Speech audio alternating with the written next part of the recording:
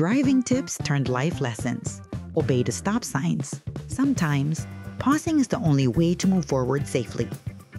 Sa buhay, hindi lahat ng hinto ay hadlang. Minsan, ito ang pahinga na kailangan para makaiwas sa peligro at makapagsimula muli ng mas maingat. Tulad ng kwento ni Lance, isang paalala na ang paghinto ay hindi laging pagkatalo. Si Lance dating gumeo sa lahat ng bagay. Kapag may oportunidad, agad siyang go. Hindi siya marunong tumanggi, hindi rin marunong huminto. Hanggang sa dumating ang araw na napagod siya sa trabaho, sa relasyon, sa king ng sarili.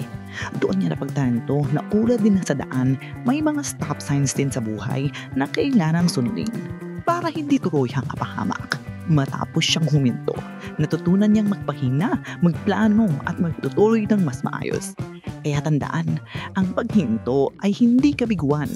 Minsan, ito ang pinaka-importanting hakbang para makausad ng ligtas sa buo at may direksyon.